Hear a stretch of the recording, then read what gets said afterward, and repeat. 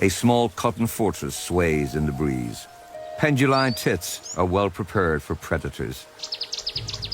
Males are master architects of protected nurseries. Woven from animal hair and soft plant matter, the nest will take around 3 weeks to complete.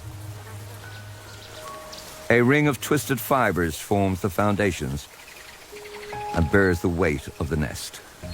This is no simple structure.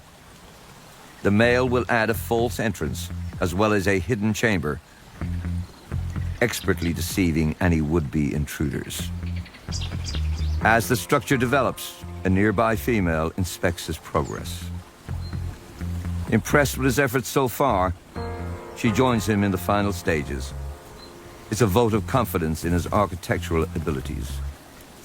10 days later, his nest is complete and surprisingly secure, hanging over the water from a single twig.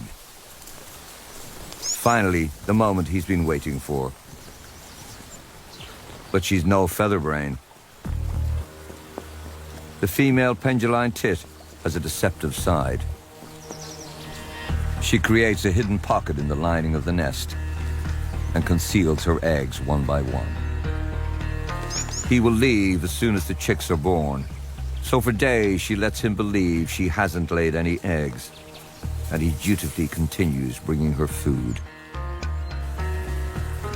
When her chick's due date approaches, she uncovers the eggs and flees the nest, leaving him to discover the clutch and fulfill his paternal duties totally alone.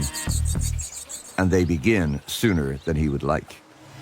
An agile predator stalks the undergrowth.